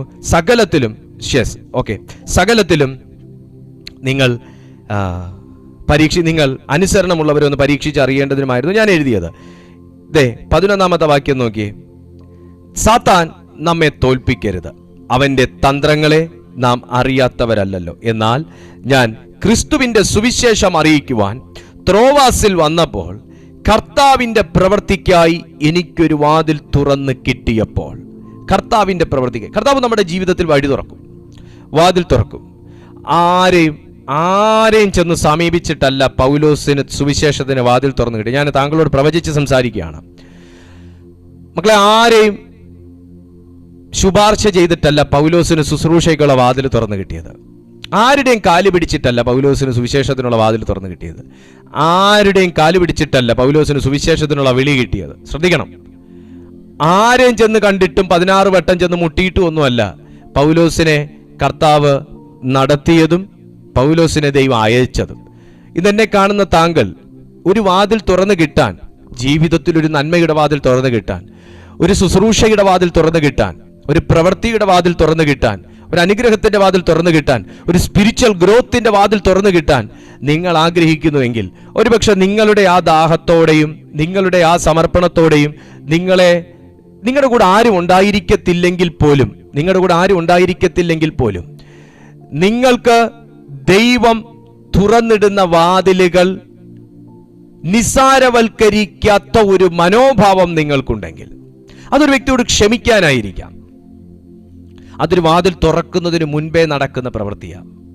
ഒരു വ്യക്തിക്ക് ഒരു നല്ലൊരു ഗൈഡാകാനായിരിക്കാം, ഒരു വാതിൽ തുറക്കുന്നതിന് മുൻപേ നടക്കുന്നൊരു പ്രവൃത്തിയാണ്. ഒരു വ്യക്തിയോട് പുറത്തു കൊടുക്കാനായിരിക്കാം, ഒരു വാതിൽ തുറക്കുന്നതിന് മുൻപേ നടക്കുന്നൊരു പ്രവൃത്തിയാണ്. ഇവിടെയൊക്കെ നിങ്ങൾ വിജയിക്കാൻ തയ്യാറായാൽ 11-ാമത്തെ വാക്യത്തിൽ പറയുന്ന പോലെ സാത്താൻ നമ്മെ തോൽപ്പിക്കരുത്, അവന്റെ തന്ത്രങ്ങൾ അറിയാത്തവരല്ലല്ലോ നമ്മൾ. പൗലോസിന് വാതിൽ തുറക്കുന്നതിന് മുൻപ് എന്തോരം പോരാട്ടം ഉണ്ടായിരുന്നെന്നറിയാവോ? പക്ഷെ സാത്താന്റെ തന്ത്രങ്ങളെ തൻ്റെ പരിജ്ഞാനം കൊണ്ട് താൻ തകർത്തു. പ്രാർത്ഥന കൊണ്ട് മാത്രമല്ല, പരിജ്ഞാനം കൊണ്ട് താൻ തകർത്തു. പൗലോസ് ക്ഷമിക്കുന്നൊരു മനുഷ്യനായതുകൊണ്ടാണ്, പൗലോസ് ക്ഷമിച്ചു കൊടുക്കുന്നൊരു മനുഷ്യനായതുകൊണ്ടാണ് മറ്റുള്ളവരോടും ക്ഷമിക്കണമെന്ന് പഠിപ്പിക്കുന്നത്. സ്തോത്രം. ദൈവമക്കളെ, ഈ ആത്മീയ ജീവിതത്തിലേക്ക് കടന്നു വരുമ്പോൾ എനിക്കിതിനെക്കുറിച്ചൊന്നും യാതൊരു ഗ്രാഹ്യം ഉണ്ടായിരുന്നില്ല. എൻ്റെ വിചാരം എന്ന് പറയുന്നത് പ്രസംഗവും പ്രാർത്ഥനയുമാണ് എല്ലാം, പിന്നെ കുറച്ച് ഒച്ചയും. പക്ഷെ പുസ്തകത്തിനകത്തേക്ക് ഇറങ്ങിയപ്പോഴാണ് പിന്നെ ഞാൻ കണ്ടിട്ടുള്ളത് പ്രാർത്ഥിച്ചിട്ടും മറുപടികളില്ലാത്ത ഒരു കൂട്ടരെയും, വലിയൊരു ശതമാനം കൂട്ടരെയും. അപ്പം ഞാൻ ചിന്തിച്ചു, ഞാനും ഇതിലേക്കൊക്കെ ഇറങ്ങിക്കഴിഞ്ഞാൽ ശരിക്കും പറഞ്ഞാൽ ഈ പ്രാർത്ഥനയും വിശ്വാസം പറച്ചിലും മാത്രമല്ലേ നടക്കത്തുള്ളൂ. ജീവിതത്തിൽ നമുക്ക് എന്തെങ്കിലും മറുപടി കിട്ടണമെന്ന് വെച്ചാൽ ഇപ്പം ഇവരെ ഇറങ്ങി ഇങ്ങനെയൊക്കെ പ്രാർത്ഥിച്ച് ഇത്രയും വർഷം കൊണ്ട് പ്രാർത്ഥിച്ചിട്ട് മറുപടി കിട്ടുന്നില്ല, അനുഗ്രഹിക്കപ്പെടുന്നില്ല. അപ്പം ഞാനും ഇറങ്ങിക്കഴിഞ്ഞപ്പോൾ എന്തോ ചെയ്യും ഇനി ഇതിനകത്ത് എന്തെങ്കിലും ഒരു തിരുമറി നടത്താൻ വല്ല പരിജ്ഞാനവും കിട്ടിയെങ്കിൽ അങ്ങനെയെങ്കിലും നടത്തി കാര്യങ്ങൾ നടത്തി. അതൊന്നും എനിക്ക് വശം പോരാ. പുസ്തകത്തിനകത്തേക്ക് ഇറങ്ങിയപ്പോഴാണ് കാര്യം മനസ്സിലായത്. പ്രസംഗം കൊണ്ടും പ്രാർത്ഥന കൊണ്ടും മാത്രം കാര്യം നടക്കില്ല. ഇയാൾക്ക് പ്രവർത്തിക്കാൻ ഒരു മനസ്സും കൂടെ ഉണ്ടെങ്കിൽ, ഞാൻ പറയുന്നത് പോലെ ചെയ്യാൻ, ഈ പുസ്തകത്തിനകത്ത് പറയുന്നത് പോലെ ചെയ്യാൻ ഒരു മനസ്സും ഒരനുസരണവും നിനക്കുണ്ടെങ്കിൽ നിന്റെ പ്രാർത്ഥന ഫലം കാണും എന്ന് ഈ പുസ്തകം എന്നോട് സംസാരിച്ചത്. നമുക്ക് ഒച്ചപ്പാടിൽ എന്ത് വേണമെങ്കിലും വിളിച്ചു പറയാം, നമുക്ക് വിശ്വാസം പറയാം. പക്ഷെ ആ വിശ്വാസം പ്രവൃത്തിയായി വരണമെങ്കിൽ അബ്രഹാമിനെ പോലെ ഒരു അനുസരണമുള്ളൊരു മനസ്സ് വേണം, പ്രവൃത്തിയുള്ളൊരു ക്യാരക്ടർ വേണം. ഹല്ലേലൂയ, പ്രൈസ് ടു ജീസസ്. ഒരു ആമേൻ പറയും. പിണക്കമില്ലെങ്കിൽ ഈ പുസ്തകം പറയുന്നതെല്ലാം ഞാൻ വിളിച്ച് പറഞ്ഞിരിക്കും. അത് പലർക്കും സുഖിക്കണമെന്നില്ല, പക്ഷെ ഞാൻ പറയും. അതിനാ എന്നെ ദൈവം വിളിച്ചേക്കുന്നത്. സ്തോത്രം. സാത്താൻ നമ്മെ തോൽപ്പിക്കരുത്. നമുക്ക് തോന്നും ഞാൻ അങ്ങ് ജയിക്കും, ഇന്നല്ലെങ്കിൽ നാളെ ഞാൻ ജയിച്ചിരിക്കും. പക്ഷെ ഒരു കാര്യം, സാത്താൻ നമ്മെ തോൽപ്പിക്കരുത് എന്നൊരു താക്കീത് അവിടെ കിടപ്പുണ്ട്. ഇവിടെ വചനം പറയുന്നത് നോക്കി, ഓസ്മേ എന്ന് പറഞ്ഞാൽ അർത്ഥം മാറും. ഇവിടെ കിടക്കുന്നത് ഓസ്മേ എന്നാണ്. ഓസ്മേ എന്ന് പറഞ്ഞാൽ മരണത്തിൽ നിന്ന് മരണത്തിലേക്കുള്ളൊരു വാസന എന്നുള്ളൊരു മീനിങ് ആണ് ഓസ്മേ. ഇവിടെ ഓസ്മേ എന്ന് ഗ്രീക്ക് പദം പറഞ്ഞേക്കുന്നത് വാസന എന്നാണ്. സഹോദരൻ, ഞാനൊരു ദൂത് പറയാണ്. ഈ പുസ്തകം പറയുന്നത് അനുസരിക്കാൻ ഞാൻ തയ്യാറാണെന്ന് നിങ്ങളുടെ ഉള്ളത്തിലൊരു തീരുമാനം എടുത്താൽ, ഇന്ന് നീ നേരത്തെ ഏതോ ഒരാൾ പ്രാർത്ഥിച്ച സമയത്ത് ഇങ്ങനെ പറഞ്ഞായിരുന്നു, മരിച്ച് ആമേൻ ആൻറ്റി പ്രാർത്ഥിച്ചപ്പോൾ ഇങ്ങനെ ഒരു വാക്ക് പറഞ്ഞായിരുന്നു, ലാസറിന്റെ അനുഭവം, മരിച്ച് നാറ്റം വെച്ച അനുഭവം. ആ അവസ്ഥയിൽ നിന്ന് ഒരു ഓസ്മയുടെ വാസനയിലേക്ക് പരിശുദ്ധാത്മാവും നിന്നെ കൈപിടിച്ചുയർത്തിയിരിക്കും. നിങ്ങളെ ഏത് കല്ലറയ്ക്കകത്ത് അടക്കപ്പെട്ടിരിക്കുമ്പോഴാണ് ഈ ദൈവശബ്ദം കേൾക്കുന്നതെങ്കിലും ഞാൻ ആത്മാവിൽ പ്രവചിച്ചു പറയുകയാണ് സുഹൃത്തെ, അവിടെ ഒരു ഓസ്മയുടെ അനുഭവം വെളിപ്പെടാൻ, ആ കല്ലറയ്ക്കകത്തു നിന്നും പുതിയൊരു ജീവിതം നിനക്ക് പുറത്തേക്ക് കൊണ്ടുവരുവാൻ ഈ ദൈവശബ്ദം പര്യാപ്തമാണ്. വിശ്വസിക്കാൻ നിന്നെ ആത്മാവ് നിർബന്ധിക്കുന്നെങ്കിൽ കരങ്ങൾ അടിച്ചോ, കരങ്ങൾ ഉയർത്തിയോ ഈ ദൂത് സ്വീകരിക്കാം.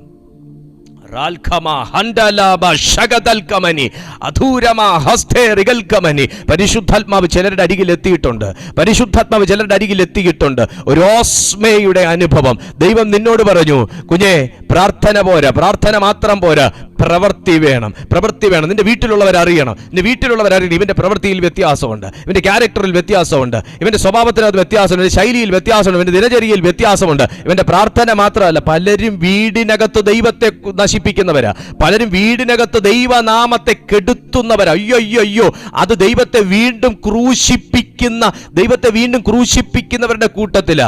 ചോദിപ്പിക്കരുത്, ഇയാൾ ഇത്രയും പ്രാർത്ഥിച്ചിട്ട് എന്തിനാടോ, ഇയാൾ ഇത്രയും പ്രാർത്ഥിച്ചിട്ട് എന്താടോ ഇങ്ങനെ, ഇയാൾ എന്താടോ പ്രാർത്ഥിച്ചിട്ട് ഇങ്ങനെ ചോദിക്കരുത്. ന്യായമായിട്ടാണ് അവരത് ചോദിക്കുന്നതെങ്കിൽ യേശുവിനെ ക്രൂശിക്കുന്ന പടയാളികളുടെ എണ്ണം കൂടിപ്പോയി. ഹല്ലേലൂയ. വാസന മാറണം. ആത്മീയനാണെന്ന് പറഞ്ഞിട്ട് ഓസ്മയിൽ നടക്കരുത്, ഓസ്മയിൽ നടക്കണം. കമോൺ. ആത്മീയനാണെന്ന് പറഞ്ഞിട്ട്, ശുശ്രൂഷയിലാന്ന് പറഞ്ഞിട്ട്, ദൈവത്തെ അറിഞ്ഞു എന്ന് പറഞ്ഞിട്ട്, പ്രാർത്ഥിച്ചു കൊടുക്കുന്നവനാന്ന് പറഞ്ഞിട്ട് ഓസ്മയിൽ നടക്കരുത്, ഓസ്മയിൽ നടക്കണം. In the name of Jesus. Come on. നിങ്ങൾക്ക് ഞാൻ പറയുന്നത് തിരിഞ്ഞു കിട്ടുന്നുണ്ടോ? ഹല്ലേലൂയ. കർത്താവ് പറയുക, പൗലോസ് എന്താ പറഞ്ഞത്? ഓസ്മയിൽ നടക്കാനല്ല, ഓസ്മയിൽ നടക്കാനാ പറഞ്ഞേ. എന്താ അത്? വാസന, പരിജ്ഞാനത്തിന്റെ വാസന. വീടുകൾക്കകത്തത് വെളിപ്പെടട്ടെ, ജീവിതത്തിൽ വെളിപ്പെടും. അടിസ്ഥാനം മുതൽ അത് വെളിപ്പെടട്ടെ. നമുക്കെല്ലാവർക്കും മറ്റേ കതിരിന്റെ മേൽ മതി എന്നാ പറയുന്നത്. അടിസ്ഥാനം അറിയണ്ട, ചോടും അറിയണ്ട, വേരും അറിയണ്ട, മണ്ണും അറിയണ്ട, പക്ഷെ നല്ല ഫലം. ഈ ഫലം നോക്കി ക്രിസ്തീയ ജീവിതത്തിന് ഇറങ്ങി ഉള്ള ഫലം കൂടെ കൊഴിഞ്ഞു. ഫലം പുറപ്പെടണമെങ്കിൽ മോനെ മണ്ണ് മുതൽ നന്നാവണം. സ്തോത്രം. മണ്ണ് മുതൽ നന്നാവണം. ആരോ പറഞ്ഞു വേരൊക്കെ രണ്ടാമത്. മണ്ണ് മുതൽ നന്നാവണം. നിൽക്കുന്ന നിലം ദൈവകൃപയുള്ള നിലമാ, നല്ല മണ്ണുള്ളതാ, ഇളക്കി കൊടുക്കുന്ന മണ്ണ, നല്ല ഫലം കായ്പിക്കുന്ന മണ്ണ, ഫലഭൂഷ്ടമായ മണ്ണെന്ന് ആദ്യം ഉറപ്പിക്കണം. നീ നിൽക്കുന്ന നിലം നല്ലതാണോ? നിന്റെ നിലപാട് നല്ലതാണോ? എന്നാ നീ ഫലം കായ്ക്കും. നിലം നല്ലതാണെങ്കിലും നിലപാടുകൾ നല്ലതല്ലെങ്കിൽ ഫലം നല്ലത് വരത്തില്ല. ക്രിസ്തീയ ജീവിതത്തിൽ പ്രവൃത്തിക്ക് പ്രാധാന്യമുണ്ട്, നിലപാടുകൾക്ക് പ്രാധാന്യമുണ്ട്, പ്രാർത്ഥനയ്ക്ക് പ്രാധാന്യമുണ്ട്, കൂട്ടായ്മയ്ക്ക് പ്രാധാന്യമുണ്ട്, പ്രതികരണങ്ങൾക്ക് പ്രാധാന്യമുണ്ട്. ഞാൻ എന്തിനാ എപ്പോഴും നിങ്ങളോടൊരു ഹല്ലേലൂയ പറഞ്ഞ് ആമേൻ പറഞ്ഞ് എനിക്ക് സുഖം കിട്ടാനാ? നിങ്ങളുടെ പ്രതികരണങ്ങൾ പ്രവൃത്തികളാണെന്ന് തിരിച്ചറിയുക. എടുത്തിങ്ങനെ കെട്ടിയാൽ അനക്കാൻ മേലാത്ത കൈയുള്ളവരുണ്ട് ഇതിനകത്ത്. ചലിപ്പിക്കൂല, അയാൾ കാണുന്നില്ലല്ലോ എന്ന്. ഇയാൾ കാണുന്നില്ല, അയാൾ കാണുന്നുണ്ട്.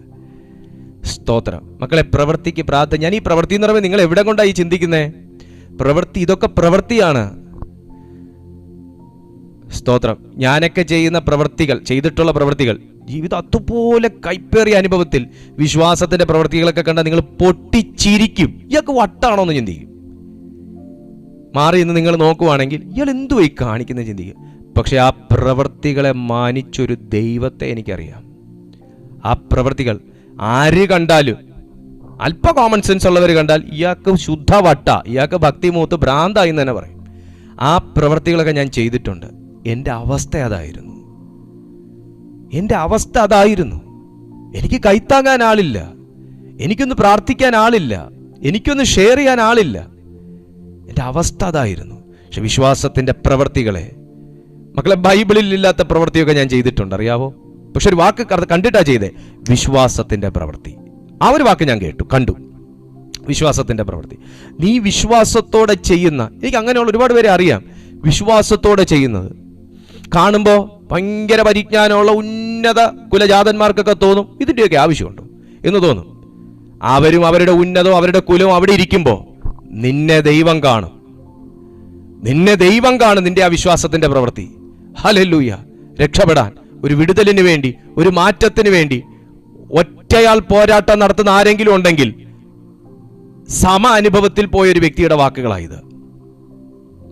ജീവിതത്തിൽ ഒറ്റയാൾ പോരാട്ടം, ജീവിക്കാൻ വേണ്ടി, ജയിക്കാൻ വേണ്ടി, തകർന്നു പോകാതിരിക്കാൻ വേണ്ടി, ഒറ്റയ്ക്ക് അല്ല, ചേർന്ന് നിന്നൊരു പരിശുദ്ധാത്മാവിനോടുകൂടെ തന്ന ബോധ്യത്തോടെയും ബോധത്തോടെയും കൂടെ ചെയ്ത ചില വിശ്വാസത്തിന്റെ പ്രവൃത്തികൾ ദൈവത്തിന്റെ വിശ്വസ്തതയാൽ ഫലം കാണിച്ചിട്ടുണ്ട്. അതുകൊണ്ട് ദൈവമക്കളെ, കൈ ഉയർത്താൻ പറയുമ്പോഴേ ഒരു സ്തോത്രം ചെയ്തു വേണം ഉയർത്താൻ. കാരണം പൊങ്ങുന്നുണ്ടല്ലോ. സ്ട്രോക്ക് വന്നവരോട് ചോദിക്കണം, കൈയും കാലും പൊങ്ങാത്ത അനുഭവം. അയ്യോ, ഇവിടെ പൊങ്ങത്തും ഇല്ല, പൊക്കത്തും ഇല്ല. ക്രിസ്തീയ ജീവിതത്തിൽ നിൽക്കുമ്പോഴേ ഞാൻ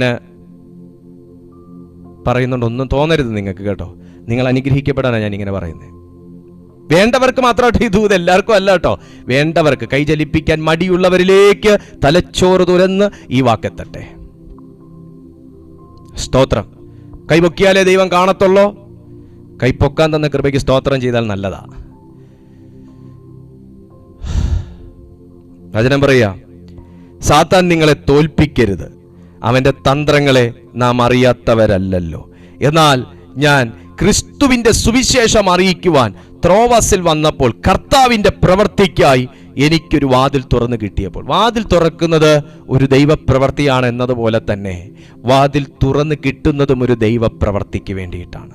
നിങ്ങളുടെ ജീവിതത്തിൽ ഞാനിങ്ങനെ പറഞ്ഞാണ് വന്നത്, ദൈവം ഇന്നൊരു ഓസ്മയുടെ അനുഭവം നിങ്ങളുടെ ജീവിതത്തിൽ ഇട്ടാൽ, ഒരു ഓസ്മയുടെ അനുഭവം നിങ്ങളുടെ ജീവിതത്തിൽ ഇട്ടാൽ, സഹോദര, ഒരു വാതിൽ തുറന്ന് കിട്ടുക മാത്രമല്ല, തുറന്ന വാതിലിലൂടെ ചില ദൈവപ്രവൃത്തികൾ നിങ്ങളുടെ ജീവിതത്തിൽ നടക്കും. ദൈവപ്രവൃത്തികൾ നടക്കും. വചനം പറയുന്ന നിങ്ങളൊന്ന് ശ്രദ്ധിച്ചേ. ഈ ഓസ്മ എന്ന് പറയുമ്പോൾ അത് ക്രിസ്തുവിലുള്ള വിജയത്തെ അവന്റെ വിജയികളായ ശുശ്രൂഷകന്മാർ തങ്ങൾ ശുശ്രൂഷിക്കുന്ന ഇടങ്ങളിൽ വെളിപ്പെടുത്തുന്ന രക്ഷാപരിജ്ഞാനത്തിന്റെ വാസനയായിട്ടാണ് പറഞ്ഞേക്കുന്നത്. നിങ്ങൾ അത് ഈ ഫിലിപ്പിയർക്ക് എഴുതിയ ലേഖനം 4:18 ഒന്ന് വായിച്ചാൽ, നമ്മുടെ സമയം വളരെ കുറവാണ്, എന്നാലും നോക്കട്ടെ. ഫിലിപ്പിയർക്ക് എഴുതിയ ലേഖനം 4:18 ഒന്ന് നിങ്ങൾക്ക് വായിക്കാൻ പറ്റിയാൽ അത് നല്ലതാ.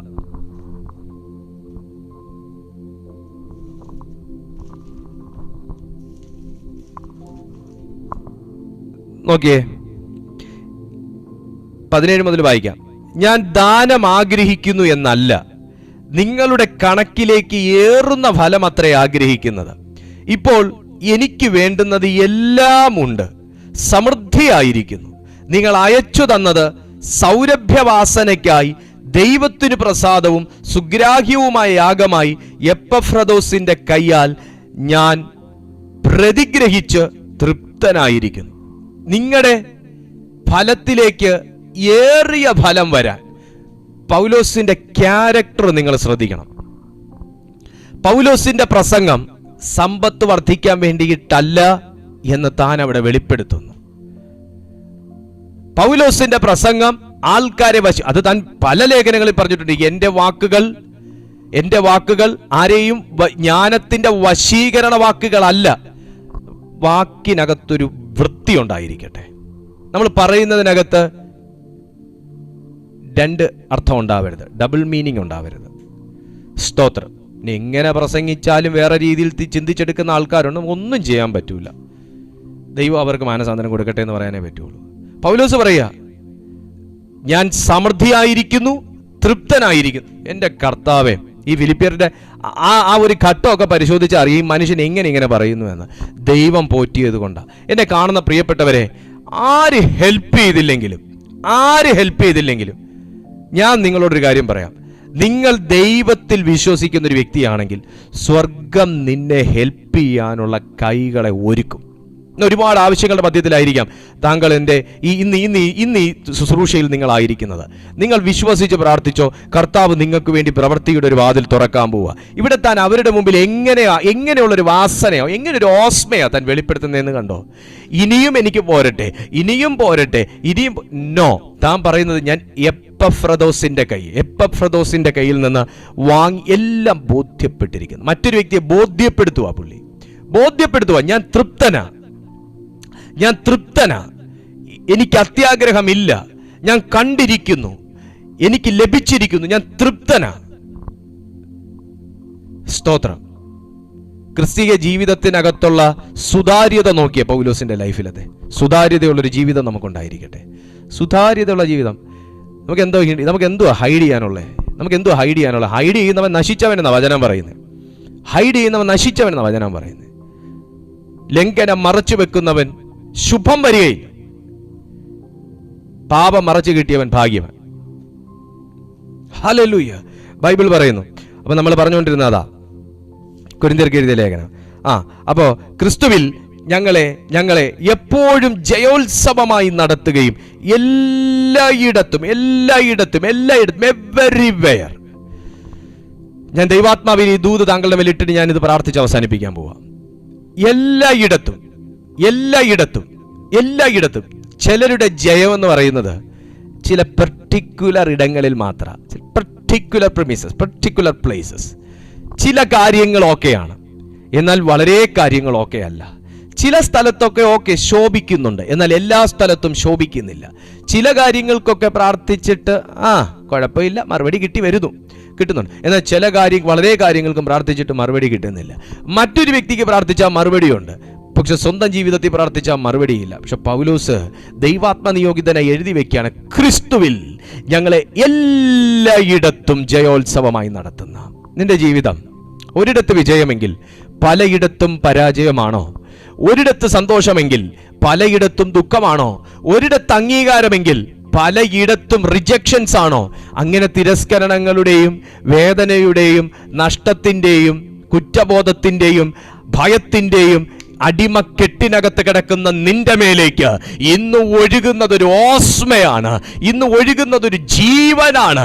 ഈ വാക്കും ഈ വചനവും ഇത് മരണത്തിൽ നിന്ന് മരണത്തിലേക്ക് പോകുന്ന, മരണത്തെക്കുറിച്ച് ചിന്തിച്ച് മരണത്തിലേക്ക് ജീവിച്ചു കൊണ്ടിരിക്കുന്ന വ്യക്തികൾക്കുള്ള ദൈവശബ്ദമല്ല. ഇത് ജീവനോടിരുന്ന് കേട്ടിട്ട് ജീവങ്കലേക്ക് ഉള്ള കാര്യങ്ങൾ സ്വരൂപിക്കുന്ന താങ്കൾക്കുള്ള ദൈവശബ്ദമാണ്.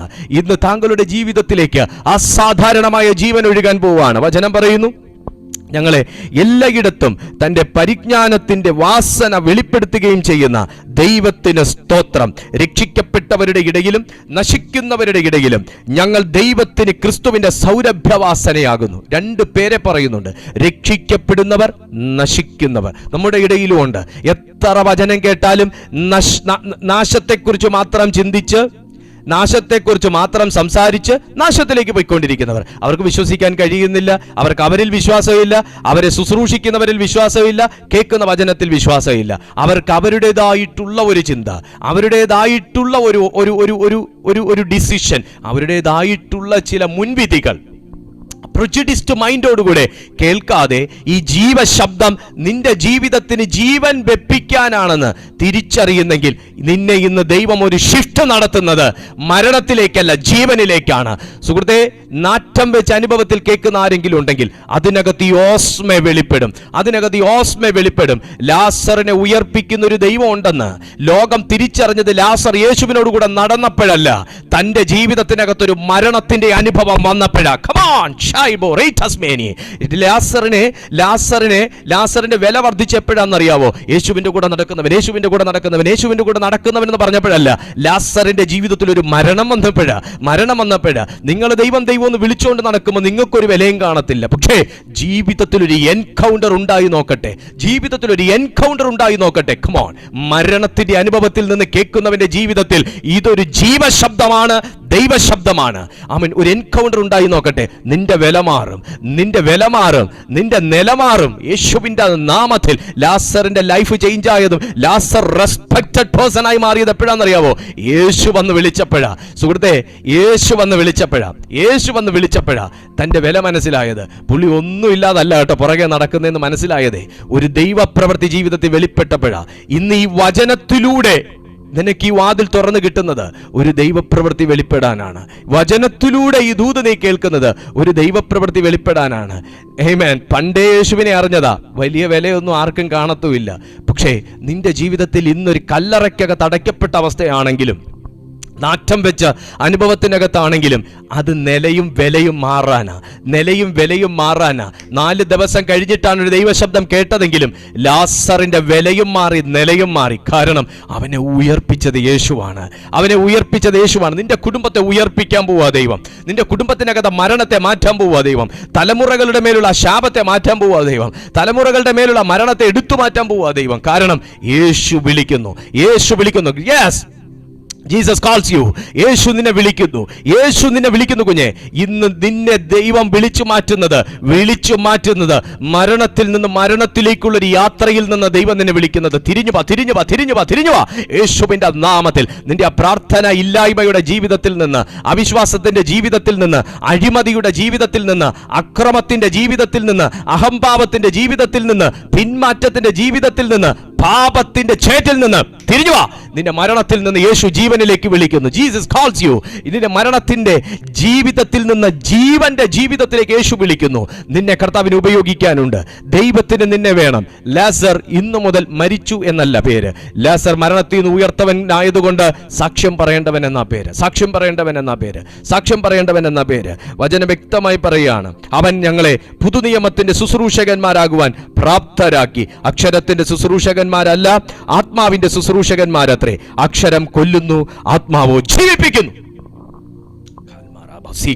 ഈ വചനം കൊണ്ട് ദൈവം നിന്നെ തൊടാൻ പോവാട്ടോ. അക്ഷരം കൊല്ലുന്നു, ആത്മാവോ ജീവിപ്പിക്കുന്നു. പല വാക്കുകളിൽ നിന്നും, വായിൽ നിന്നും വന്ന വാക്കുകൾ നിങ്ങളെ പലരെയും കൊന്ന അനുഭവത്തിലാണ് എന്നെ കേൾക്കുന്നതെങ്കിൽ, പലരുടെ വായിൽ നിന്നും വന്ന വാക്കുകൾ നിങ്ങളെ കൊന്നിട്ടിരിക്കുന്നുവെങ്കിൽ, എഴുന്നേൽക്കാൻ കഴിയാതെ, ജീവിക്കാൻ കഴിയാതെ, പ്രാർത്ഥിക്കാൻ കഴിയാതെ കൊന്നിട്ടിരിക്കുന്നുവെങ്കിൽ, പരിശുദ്ധാത്മാവ് ഒരു ജീവൻ നിന്റെ മേൽ പകരാൻ പോവാ. വിശ്വസിക്കുന്ന ആരോടൊക്കെയോ ദൈവാത്മാവ് സംസാരിക്കുക. ആമേൻ. നിന്നെ വളർത്താൻ ആരുമില്ല, പക്ഷെ തളർത്താൻ ആൾക്കാരേറെയാ.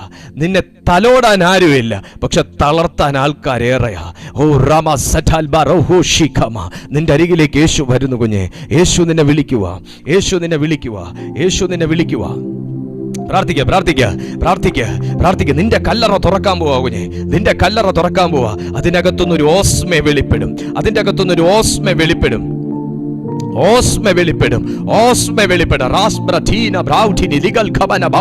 നിനക്ക് നഷ്ടപ്പെട്ടു പോയൊരു ഭയങ്കര പ്രകാശമുണ്ട്. ദൈവം ആ വെളിയിൽ അത് മടക്കി തരും കുഞ്ഞെ. അക്ഷരത്തിന്റെ ശുശ്രൂഷകന്മാരല്ല, ആത്മാവിന്റെ ശുശ്രൂഷകന്മാർ. അക്ഷരത്തിന്റെ ശുശ്രൂഷയല്ല, ആത്മാവിന്റെ ശുശ്രൂഷ. വ്യത്യസ്തമാ. അക്ഷരത്തിന്റെ ശുശ്രൂഷ വേറെ, ആത്മാവിന്റെ ശുശ്രൂഷ വേറെ. അക്ഷരത്തിന്റെ രീതി വേറെ, ആത്മാവിന്റെ രീതി വേറെ. അക്ഷരത്തിന്റെ സ്വഭാവം വേറെ, ആത്മാവിന്റെ സ്വഭാവം വേറെ.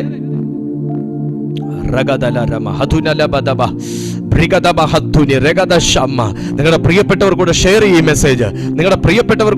ഈ മെസ്സേജ്. പരിശുദ്ധാത്മാവ് പല കല്ലറകളും പിളർന്ന് പുറത്തു കൊണ്ടുവരാൻ പോവുക. കാരണം ഇനിയും ജീവിക്കാനുള്ള ലാസറുമാരുണ്ട് ഇതിനകത്ത്.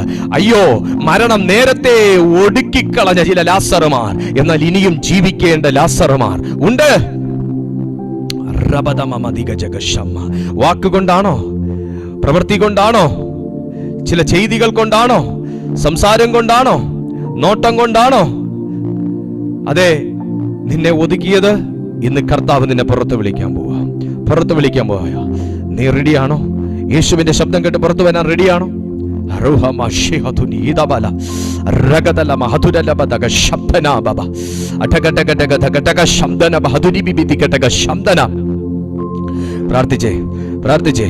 പ്രാർത്ഥിച്ചേ. പരിശുദ്ധാത്മാവ് പലരെയും തൊട്ടുകൊണ്ടിരിക്കുന്നു. ഈ സമയം പലരെയും തൊട്ടുകൊണ്ടിരിക്കുന്നു. പലരും തൊട്ടുകൊണ്ടിരിക്കുന്നു.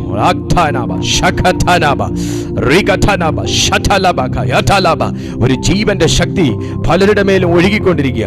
ഒരു ജീവന്റെ ശക്തി പലരുടെ മേലും ഒഴുകിക്കൊണ്ടിരിക്കുക.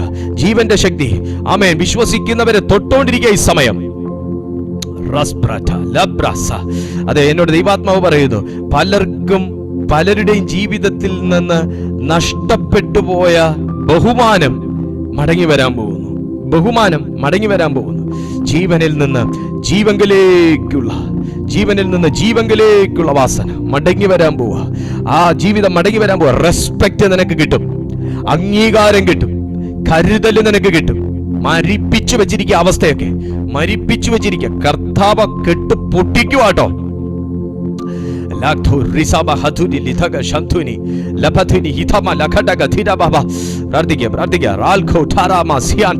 യേശുവിന്റെ നാമത്തിൽ എനിക്കറിയാം പലരെയും പരിശുദ്ധാത്മാവ് തൊട്ടുകൊണ്ടിരിക്കുക. ഒരു സന്ദർശനം നടക്കുവാട്ടോ. കർത്താവിന്റെ പ്രവൃത്തിക്ക് വേണ്ടി ദൈവം തുറന്നിട്ടൊരു വാതിലാണിതെങ്കിൽ, ഇന്ന് ദൈവത്തിന്റെ ഒരു പ്രവൃത്തിയും കൂടെ വെളിപ്പെടുത്താനായി വാതിൽ തുറന്നേ. ഈ സന്ദേശത്തിലൂടെ ഒരു ദൈവപ്രവൃത്തി, ഈ മെസ്സേജിലൂടെ ഒരു ദൈവപ്രവൃത്തി ഇത് പരിശുദ്ധാത്മാവ് തുറന്നിടുക. നിന്റെ മുമ്പിൽ മരണമടച്ച വാതിലുകളെ യേശുവിന്റെ നാമത്തിൽ ഇന്ന് സ്വർഗം തുറക്കുക.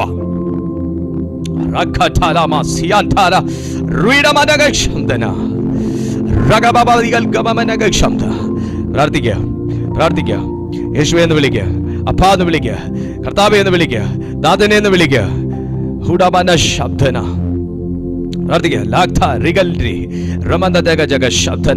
നിന്റെ ജീവിതത്തിൽ നിന്ന് ആർക്കും എടുത്തു മാറ്റാൻ പറ്റത്തില്ലെന്ന് പറഞ്ഞ പലരും പരിഹസിച്ചുകൊണ്ട് കല്ലുകൊണ്ടുവച്ചത്, പക്ഷേ അതവരക്ഷരത്തിൽ വിശ്വസിച്ചപ്പോ ആത്മാവ് ചെയ്യുന്ന പ്രവൃത്തിയെ അവർക്കാർക്കും ഗ്രഹിക്കാൻ കഴിയാത്തതുപോലെ പുത്രന്റെ ജീവിതത്തിൽ 3-ാം നാൾ അക്ഷരമല്ല ആത്മാവ് കല്ലിനെ ഉരുട്ടി മാറ്റിയതുപോലെ പലരും നീ ഇനി പുറത്തു വരരുതെന്നും വെളിച്ചം കാണരുതെന്നും സന്തോഷിക്കരുതെന്നും ഉയരരുതെന്നും വളരരുതെന്നും അഭിവൃദ്ധി പ്രാപിക്കരുതെന്നും തലമുറകളിലൂടെ സന്തോഷിക്കരുതെന്നും തലമുറകളുടെ ഭാവി അനുഗ്രഹിക്കപ്പെട്ട് കാണരുതെന്നും പറഞ്ഞ് അവർ ചിന്തകളാലും പ്രവൃത്തികളാലും ഉരുട്ടിവെച്ച കല്ലുകളെ നീക്കാൻ അക്ഷരമല്ല മോളെ, ആത്മാവിറങ്ങും. ഇന്ന് വാതിൽ തുറന്നു കൊടുത്തവരുടെ വീട്ടിൽ ആത്മാവിറങ്ങും. പലരും കല്ലറകൾക്കകത്ത് അടക്കി വെച്ചിരിക്കുന്ന പല എഴുത്തുകളെയും പല ഡോക്യുമെന്റുകളെയും ദൈവം ജീവന്റെ വായുവിലേക്ക് വലിച്ചെടുക്കാൻ പോവാ. നിന്റെ ഡോക്യുമെന്റുകളായിരിക്കാം കല്ലറയ്ക്കകത്ത് അടക്കം ചെയ്തു വെച്ചിരിക്കുന്നത്. നിന്റെ വിസയായിരിക്കാം, നിന്റെ ബ്ലെസ്സിങ്സ് ആയിരിക്കാം, നന്മകളായിരിക്കാം, വാഗ്ദത്തങ്ങളായിരിക്കാം, പേപ്പറുകളായിരിക്കാം, കല്ലറകൾക്കകത്തെന്ന പോലെ അടക്കം ചെയ്തു വെച്ചിരിക്കുന്നത്. അത് നീ സേവിക്കുന്ന ദൈവത്തിന്റെ മഹത്വം എന്തുവാന്ന് തിരിച്ചറിയാനാന്ന് മാത്രം അറിഞ്ഞാൽ മതി. അത് മാർത്ത മറിയയ്ക്ക് അറിയായിരുന്നു. കർത്താവ് ഉണ്ടെങ്കിൽ ഇങ്ങനെ സംഭവിക്കത്തില്ലായിരുന്നു. പക്ഷെ എങ്കിലും ദൈവമേ, കർത്താവേ, ഇപ്പോഴും നിന്റെ സമയം വൈകിയിട്ടില്ലെന്നും നിന്റെ പ്രവൃത്തിക്ക് കൈ കുറുകിയിട്ടില്ലെന്നും ഞങ്ങൾ വിശ്വസിക്കുന്നു എന്ന് പറഞ്ഞൊരൊറ്റ വാക്കില് യേശു കല്ലറയിലേക്ക് നടന്നെടുത്തത്. ഇപ്പോഴും നിനക്ക് വിശ്വാസമുണ്ട്, മാർത്ത മറിയമാർ വിശ്വസിച്ച പോലെ. ഇപ്പോഴും സമയം വൈകിയിട്ടില്ല. ഇപ്പോഴും ജീവന്റെ പ്രവൃത്തിക്ക് സമയം വൈകിയിട്ടില്ല. അവിടുന്ന് ഒരു വാക്ക് കൽപ്പിച്ചാൽ ലാസർ പുറത്തു വരുമെന്ന് പറഞ്ഞതുപോലെ വിശ്വസിക്കുന്നോ? ഇപ്പോഴും നിങ്ങളൊരു വാക്ക് പറഞ്ഞ നിന്റെ വിഷയങ്ങളിലേക്ക് നടന്നെടുക്കുന്ന ഒരു കർത്താവുണ്ടെന്ന്.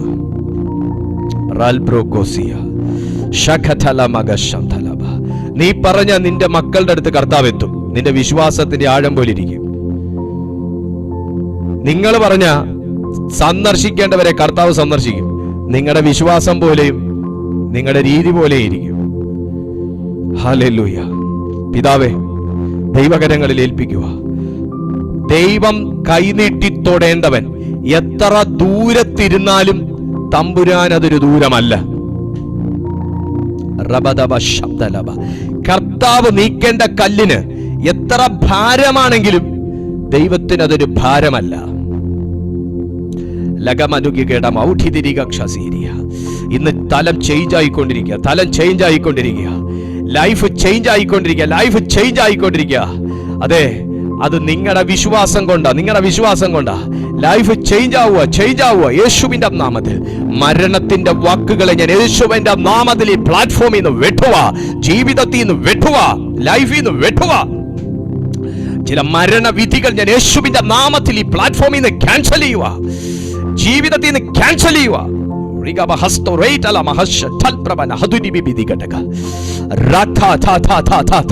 പ്രാർത്ഥിക്കുക. കർത്താവ് ആരുടെയൊക്കെയോ മേൽ ഊഷ്മളമായ തന്റെ വായുവിനെ അയക്കുക.